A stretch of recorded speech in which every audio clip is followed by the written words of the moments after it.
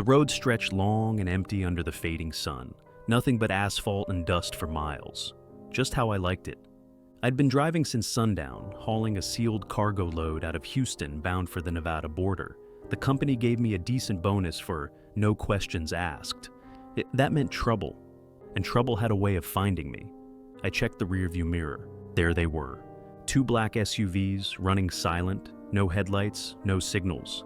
They had been back there for the last 50 miles, staying just close enough to make me notice. Taylors. Most truckers wouldn't have seen them, wouldn't have paid them any mind. But I wasn't most truckers. My name's Jack Callahan, Army Ranger, retired. I used to track men through deserts on foot, ambush convoys in the dead of night. And now? I hauled freight for a living. I tried to tell myself I wasn't in the game anymore, but the game wasn't done with me. The first SUV sped up, edging closer to my rear bumper. The second stayed back, keeping me boxed in. I took a slow breath. I knew this play. They were setting up a rolling roadblock, and up ahead, the real trap. I spotted it in the distance. A third vehicle, a beat-up pickup, sitting just off the shoulder. It would pull onto the road at the last second, cutting me off. I was being herded, a squeeze play, a standard convoy ambush. Except, they made one massive mistake. They thought I was just a trucker. I eased off the gas, pretending I hadn't noticed, letting them think I was just another driver clueless to what was happening. Let them feel confident. Let them think this was going to be easy. Then, when the pickup truck lurched onto the road in front of me, I made my move. I dropped gears and slammed the gas. The rig roared forward, the engine growling deep as I tore straight for the pickup. I saw the driver's face in his side mirror, eyes wide, panic. He was expecting me to stop. I didn't. At the last second, he tried to swerve left. Too late. 80,000 pounds of steel and diesel hit his rear bumper, spinning him sideways like a rag doll. The pickup slammed into the ditch, flipping onto its side in a cloud of dust. One down. The SUV behind me panicked, veering off. The other sped up, trying to get ahead of me. I clenched my jaw. I had one shot at this. The lead SUV swerved in front of me, trying to force me to stop. I didn't. Instead, I swung the wheel hard left, clipping the corner of the SUV's rear bumper.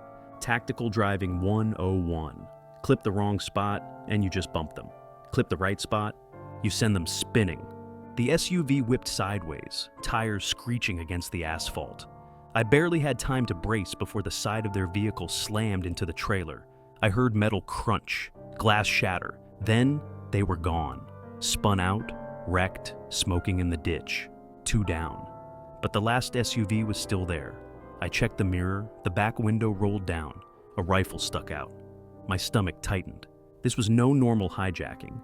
These men weren't just here to steal my cargo. They were here to kill me. Crack. A bullet smashed through my side mirror. Another whistled past my window. I jerked the wheel, swerving left and right, making myself a harder target. The shooter adjusted, leaning further out of the SUV, lining up his next shot. I growled. "Not today, asshole!" I yanked the emergency brake, throwing the rig into a hard brake check. The truck screamed to a stop. The SUV wasn't ready. It slammed into my rear bumper at full speed. The shooter went flying, his body hitting the pavement like a rag doll. The SUV swerved violently, tires locking up. Too late. The vehicle flipped, once, twice, then came to a dead stop on its roof. Smoke poured from the wreckage. I let out a slow breath. Three down. The dust settled. I checked my mirrors. Silence. Then, movement. The driver of the last SUV crawled out, limping, gun in hand. He was wounded, but still breathing. I climbed down from the cab, shotgun in hand, boots crunching against the gravel. He tried to raise his pistol. I pressed the barrel under his chin. He froze. I tilted my head. "Talk." His lip curled. "Screw you." I clicked the safety off. "You think I'm scared to die?" He spat. "I fought in worse places than this." I smirked. "Yeah, so did I." His breath hitched. That's when he realized. This wasn't just some trucker he tried to rob. This was a man who had spent years hunting men like him. His grip on the gun shook. I took a step closer, voice low, steady. "You had your chance to walk away," I said. "You didn't take it." His hand trembled. "You made a mistake," I continued. "You boxed in the wrong truck." I pulled the trigger. The shotgun roared and the last gunman dropped. I stood there for a second, breathing hard, listening. The desert was silent again. The bodies, the wreckage, the smell of burnt rubber and blood. I wiped the sweat from my brow, exhaling slow. Then I climbed back into the rig, fired up the engine. The road stretched ahead. I rolled forward, leaving the dead behind. Some fights you walk away from. Some you finish. Tonight, I did both, and if they sent more men after me, I'd be ready. The road stretched on, empty and dark. The hum of the engine filled the cab, steady and familiar, but my pulse was still hammering from the fight. I checked the mirrors. No more headlights, no sirens. Just me and the open highway. The wreckage of the ambush was a mile behind me, but my gut told me this wasn't over, not by a long shot. I reached for my thermos, took a swig of stale coffee. My knuckles were tight around the wheel, blood crusted on my fingers. Not mine. I had just killed 3 men. And if my instincts were right, more were coming. I flicked the CB radio on. Static hissed through the speakers. "Dispatch, you hear me?" Silence. I tried again. "Any drivers on this frequency? Need a status check on Highway 67. Still nothing. I exhaled sharply, glancing at the locked cargo hold behind me. I hadn't questioned what I was hauling when I took the job. Didn't ask, didn't care. But now it mattered. Because men had just tried to kill me for it. I grabbed my glove box key, pulled it open, and yanked out the manifest. A single page. No company logo, no sender address, just a wait listing and a shipping ID. The destination, Carson, Nevada, private warehouse. That was all. No description of the cargo, no name on the invoice, nothing. I clenched my jaw. I needed to see what was in the trailer. The next town was about 20 miles out, a truck stop I'd been to before, remote, quiet. The kind of place where people minded their own damn business. I'd checked the cargo there, but something in my gut twisted. I checked the mirrors again, still empty. But that's the thing about being hunted. You never see the second attack coming, not until it's too late. I was 5 miles from the truck stop when I spotted the headlights. Bright, high beams, coming fast. I gritted my teeth. They weren't truckers. No trucker drives like that. I reached for my Glock 19, checking the magazine. The headlights grew closer, then I saw it. 2 vehicles, not SUVs this time. Pickup trucks, larger, reinforced. They were built for impact. They were here to stop me. I clenched the wheel. "All right, boys, round 2. The first truck pulled up beside me, trying to match my speed. I glanced over. 2 men, one riding shotgun, holding a sawed-off shotgun. The driver? He was grinning, like this was a game. He lifted a walkie-talkie. I could read his lips. "Hit him!" The second truck swerved behind me, cutting off my escape. The first? It jerked hard to the right, slamming into my front bumper. The impact shook the entire rig. The truck wobbled, my tires screeching as I gripped the wheel to steady it. They weren't trying to hijack me. They were trying to run me off the road. I snarled, my instincts taking over. No way in hell was I letting that happen. The driver hit me again. I let him. Then I yanked the wheel left, slamming my front end straight into the pickup's rear panel. Metal screeched. The driver lost control. His truck spun sideways, flipping onto its side. The second truck swerved to avoid the wreckage. Just what I wanted. I slammed the brakes. The second truck whipped past me, out of position. I threw the rig into full throttle, and I plowed straight into them. The truck flipped over the guardrail, crashing into the ditch below. Dust and flames lit up the night. Silence. I sat there, breathing hard, gripping the wheel so tight my knuckles ached. Then I heard it. A groan. Movement. Someone was still alive. I grabbed my gun and climbed down from the cab. The second pickup was wrecked beyond repair. Smoke poured from the engine. The driver was dead. But the shotgun rider? He was crawling out. I got to him before he could stand. Kicked his gun away. He coughed, blood on his lips, looking up at me through dazed, terrified eyes. "You should have let it go, trucker," he rasped. I knelt down, pressing the muzzle of my gun under his chin. "You picked the wrong truck," I growled. His breathing hitched. "Who sent you?" I demanded. He said nothing, so I grabbed his broken arm and twisted. He screamed. I pressed harder. "Who sent you?" He finally gasped. "It's not about the cargo." I frowned. "Then what the hell is this about?" He stared at me, his eyes full of something I didn't like, fear, not of me, of whoever sent him. Then, before I could react, he bit down hard on something in his mouth. His body convulsed violently. Then he went still. I let go, stepping back, my stomach twisting. Cyanide. This wasn't just a heist. This was a hit. And now, I knew I wasn't just carrying something valuable, I was carrying something dangerous. I climbed back into the cab, my thoughts racing. Whoever these men worked for, they'd rather die than talk, which meant whatever was in my cargo hold. It was worth killing for. I checked the map. Carson, Nevada was still hundreds of miles away. I needed answers, and I needed them before more men came looking. So I did the one thing I told myself I wouldn't.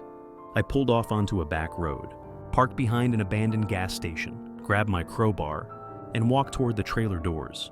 It was time to see what I was really hauling. The night was quiet. Too quiet. I stood there, gripping the crowbar, my breath steady, my pulse hammering. Behind me, the truck rumbled like a living thing, the engine idling low. The wreckage of the ambush was a distant smolder in my mirrors. But right now, none of that mattered. Right now, it was just me. And the sealed cargo in my trailer. I had spent years taking jobs without asking questions. It kept me alive, kept me out of trouble. But this time, I needed answers. I wedged the crowbar under the latch and pried the doors open. The locks snapped. The doors swung wide, and what I saw inside made my blood run cold. The trailer wasn't filled with weapons, drugs, or stolen cash. It was filled with people. 6 of them. They were huddled together in the darkness, bound and gagged, their faces streaked with sweat and dirt. Hostages. Trafficked. Their eyes widened in terror when they saw me. I raised my hand, stepping back. Hey, easy now. I'm not with them. They didn't move. They didn't believe me. I reached for my knife, slow and careful, and knelt beside the closest one. A woman, mid-30s, dark hair matted to her face. Her wrists were bound with zip ties, cutting deep into her skin. I sliced through them, then worked my way down the line. As soon as she was free, she ripped the gag from her mouth, gasping for air. I locked eyes with her. "Who did this to you?" She swallowed, shaking, her voice hoarse. "The people you're working for?" I clenched my jaw. "I don't work for them." She glared at me. "Then why are we in your truck?" Fair question. I had no answer. I turned to the others, cutting their restraints. They looked malnourished, beaten, terrified. My mind was racing. This wasn't a robbery. This wasn't about money. This was human trafficking, and I was the one driving the cargo. My stomach twisted. "Where were they taking you?" I asked. The woman wiped blood from her wrists. "Somewhere in Nevada. They didn't tell us where." I exhaled sharply. That lined up with my manifest. "Who were they?" She shook her head. "They never told us their names, but they weren't just criminals. They had training, military." My pulse pounded in my ears. This was organized. This was big. And I had just slaughtered a kill squad that was supposed to keep me in line. That meant one thing. More were coming. I looked at the woman. "You got a name?" She hesitated. "Elena." "Elena, listen to me. We need to get moving, now." She shook her head. "We can't just run. These people, they'll never stop looking for us." She was right, but I wasn't planning on running. I was planning on hunting them first. I turned to the truck. "Get in the cab, all of you. Stay low. If anyone comes near, don't hesitate. You run. You understand me?" They hesitated, but they did as I said. I grabbed my phone, dialed the only contact I still trusted. It rang once, twice. Then a voice answered. "Jesus, Jack, what the hell did you do?" I exhaled, staring at the highway stretching into darkness. "You tell me," I muttered, "because I think I just stole cargo from a government-funded human trafficking ring." Silence. Then, "Where are you?" "West Texas, couple 100 miles from Carson, Nevada." "You need to disappear, Jack. Right now. Burn the truck, ditch the cargo, and run." I glanced at the 6 people sitting in my cab. "Not an option." "Then you're already dead." I smirked. "Not yet." "Jack." I hung up. Then I climbed into the cab, gripping the wheel. "If these bastards want their cargo back," I muttered, "they can come and get it."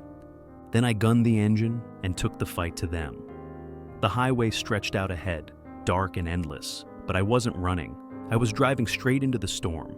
The rig rumbled under my grip, the weight of the 6 rescued hostages pressing heavy on my mind. They sat crammed inside the cab, silent, exhausted. They had been locked in that trailer for God knows how long, and now they were riding with a man they had every reason not to trust. But I wasn't their enemy. The men who put them in that trailer, they were, and they were coming. I checked the mirrors, nothing yet, but I knew better. The first crew of gunmen had failed. They wouldn't make the same mistake twice. Whoever was behind this was powerful enough to kill and cover it up. And now I had their property. I clenched the wheel. Let them come. The radio crackled. Not the CB, the private line. The one I'd been given when I took the job. I stared at the blinking red light. They were calling me. I hesitated, then reached for it, pressing the button. A voice came through, calm, collected, cold. "Mr. Callahan." I didn't respond. "You've gone off course. Your delivery is overdue." I smirked. "Yeah? Well, your schedule's got bigger problems. You should have never opened the cargo." I glanced at the woman beside me, Elena, still watching me, still trying to figure me out. Then I looked back at the road. "Maybe," I said. "But here we are." The voice sighed. "You don't understand what you've done. Turn the truck around, deliver the package, and we will forget this ever happened." I let that hang in the air for a second. Then I laughed, a hard, humorless laugh. "You sent people to kill me," I said. "Twice. And we will again." I nodded. Figured as much. "This is your last warning, Mr. Callahan. Walk away. You can't win this." I gripped the wheel tighter. "I don't need to win," I muttered. "I just need to kill every bastard who comes after me." I killed the radio. Elena stared at me. "Who was that?" I exhaled slowly. "The people who owned you." She swallowed. I pressed harder on the gas. I wasn't going to drive blind into an ambush. I had to set my own. The truck stop outside Palo Duro Canyon was perfect. A rundown, long-abandoned way station on the edge of 100 miles of Badlands. No witnesses, no help, and just enough cover to turn the tables. I pulled off the highway, rolling the rig behind the collapsed station. Cut the engine. The night was quiet. I turned to Elena and the others. "Stay inside, lock the doors. No matter what happens, don't move unless I tell you." She hesitated, then nodded. I stepped out, grabbing my gear. I moved fast, setting up. Checking angles, placing surprises. These bastards had numbers. I had the element of surprise. I grabbed my rifle from the cab, checked the chamber, loaded extra mags into my vest. Then I climbed onto the roof of the way station and waited. 5 minutes, nothing. Then, headlights. 3 SUVs, one after the other, creeping onto the dirt lot like wolves closing in on prey. I took a slow breath. "All right," I muttered. "Let's do this." The SUVs fanned out, positioning themselves. The first mistake they made, they thought I was still in the truck. I lined up my first shot, exhaled, and pulled the trigger. The sniper round punched through the driver's side window of the lead vehicle. The guy inside slumped forward, dead. The floodlights flicked on. The mercenaries poured out, guns raised. I dropped 2 more before they even had a chance to react. Then I moved. Gunfire ripped through the night, bullets smashing into the old way station. I dropped down, moving through the wreckage, keeping low. They thought they were flushing me out. They had no idea where I really was. I cut around their flank, moving fast, rifle up. One of them turned just a second too late. I fired. He dropped. The last 2 fanned out, trying to corner me. I grabbed a rusted-out tire iron from the ground and hurled it hard. It hit the metal siding behind them with a loud crash. One of them whipped around, just enough of a distraction. I lunged. The fight turned brutal, fast. I slammed his head against the wall, twisted his arm back until I heard the snap. The last man tried to run. I shot him in the back. Then everything was quiet again. One was still alive, barely. I grabbed him by the vest, dragged him toward the truck. Elena and the others stared in shock. I dropped him at their feet. She looked at me. I nodded. "Ask him." Her jaw tightened. She knelt down. "Who are you working for?" she whispered. He laughed weakly. Blood bubbled at his lips. "You think killing me changes anything?" he muttered. She pulled his knife from his belt and drove it into his leg. He screamed. "Who, doctor, you work for?" she growled. His eyes flickered with panic. He was dying. He knew it. Finally, he muttered, "Silencer." Then he went still. Elena's breath hitched. "Project Silencer." I stared at her. "You know what that is?" She swallowed. "I was one of them." I lit a cigarette, staring down at the bodies. "Start talking." She exhaled. They were building something, a new kind of Black Ops network off the books. Not just soldiers, trafficking people, training them, breaking them, turning them into weapons. I clenched my jaw. "Why were you in that trailer?" Her eyes darkened. "I ran." I exhaled. "And now they want you dead." She nodded. "Not just me, all of us." My cigarette burned between my fingers. "So they sent a crew to kill me because they thought I was just some dumb trucker." She stared at me. "Are you?" I smiled coldly. "Not even close." I crushed the cigarette under my boot. Then I grabbed my gear. We were going to Carson, not to deliver the cargo, to burn the whole damn operation down. The sky was turning gray by the time we reached the Nevada border. The road had been long, the air inside the cab thick with tension. I had been in plenty of fights, plenty of wars. Some I walked away from, others I barely crawled out of. But this wasn't just another fight. This was a war I was about to start, and when it was done, Project Silencer wouldn't exist anymore. I pulled into an old truck stop about 30 miles outside of Carson. The parking lot was empty. No cameras, no gas pumps that still worked. Just a rotting diner and a busted-out motel sign flickering in the morning light. It was the perfect place to gear up. I killed the engine and turned to Elena and the others. "This is where we get ready," I said. "We go in fast, we go in heavy, and we make sure nobody walks out of that facility alive." Elena nodded, jaw tight. I climbed out and popped open the storage compartment under the trailer. Inside, guns, armor, gear. I didn't always ask questions when I took a job, but I always came prepared. The 6 survivors stood in a line, watching as I laid out the weapons on the hood of the truck. Shotguns, rifles, extra mags, Kevlar vests. I looked at them. "Who here can fight?" One guy, mid-40s, heavy-set, with scars on his knuckles, raised his hand. "Did a few years in the Corps," he grunted. A younger man, early 30s, wiry but sharp-eyed, nodded. "Army, 2 tours in Iraq." I turned to Elena. "I already told you," she said, grabbing a Glock 19 from the table. "I was trained for this." That left 3, a woman in her 50s, a teenage kid, a man who looked too broken to hold a gun. They weren't fighters, and I wasn't going to ask them to be. "You 3 stay here," I said. "If we don't come back, you take the truck and drive as far as you can." The older woman swallowed. "And if they find us first?"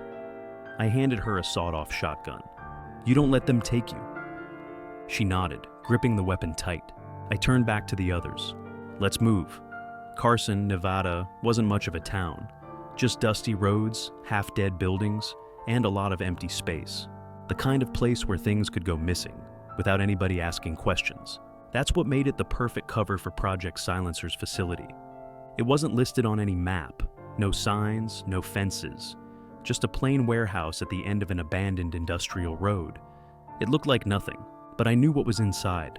A fortress, armed men, security, a network of tunnels underground, a place where people were trained, broken, and rebuilt into killers. Elena was supposed to be one of them. She wasn't. And neither were the other 5 people I had in the cab. We were gonna burn it down. I parked the rig just outside the outer perimeter. No alarms, no motion sensors. But I knew we were already being watched. Elena and I climbed out, weapons in hand, dressed in black tactical gear. The 2 ex-military guys followed, flanking our sides. The plan was simple. We had one shot. We hit fast, we hit hard, we make them panic. I clicked my radio. "Move!" The ex-Marine pulled a scoped rifle and took position on an old watchtower overlooking the compound. The ex-Army guy grabbed C4 from the duffel bag. I was done playing defense. This was an assault. I took the first shot. The silenced rifle cracked, and the first guard dropped before he even knew he was dead. The ex-Army guy moved fast, planting C4 along the front entrance. We only had 30 seconds before they knew what was happening. That's all I needed. I stepped out of cover, raised my rifle, and unleashed hell. The guards in the watchtower crumpled. The front gate erupted in flames as the charges detonated, sending a wave of heat rolling across the lot. Alarms blared. The whole facility lit up like a hornet's nest. Men poured out, guns raised. I dropped 2 with clean headshots. Then they started shooting back. I ducked behind cover as bullets tore through the air, pinging off the concrete. The ex-Marine in the watchtower fired down, taking out targets one by one.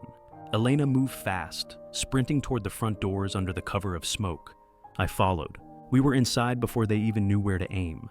The facility was worse than I imagined. Cells, hundreds of them, steel doors thick as a bank vault.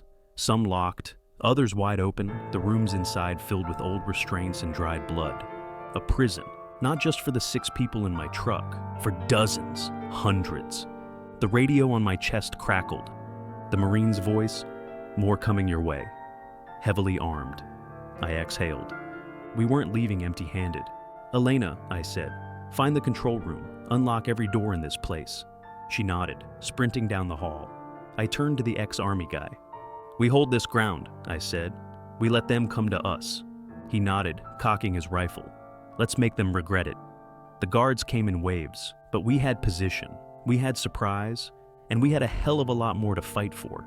The first wave was sloppy. They rushed in too fast, too loud. We cut them down before they could even spread out. The second wave took their time, but we were ready for them. I dropped 3 with controlled bursts, each shot clean and precise. The army guy handled the rest, mowing them down with steady fire. Elena's voice came over the radio. "Doors are open." I grinned, then we heard it. A noise I'll never forget. A dozen cell doors slamming open at once. And the screams of men who had been locked in the dark for too damn long. The facility erupted into chaos. The prisoners flooded the halls, attacking anyone in sight. The guards, they weren't ready for this. I grabbed the detonator from my vest, pressed it against my palm. "Elena, get everyone out." She looked at me. "Jack," I held up the trigger. "This place doesn't stand when I walk out." She swallowed, then nodded. I watched as the survivors flooded toward the exits. Then I hit the detonator. The charges blew. The whole facility shook as fire ripped through the corridors, tearing through the place like it was never meant to exist. Because it wasn't, not anymore. I walked out of the flames, the night air filling my lungs. And I didn't look back. I climbed into the rig. The survivors watched me, waiting. I turned the key. The engine rumbled. I exhaled. The past wasn't done with me, but now I was done with it. I put the truck in gear, and we drove into the sunrise. Free, at last.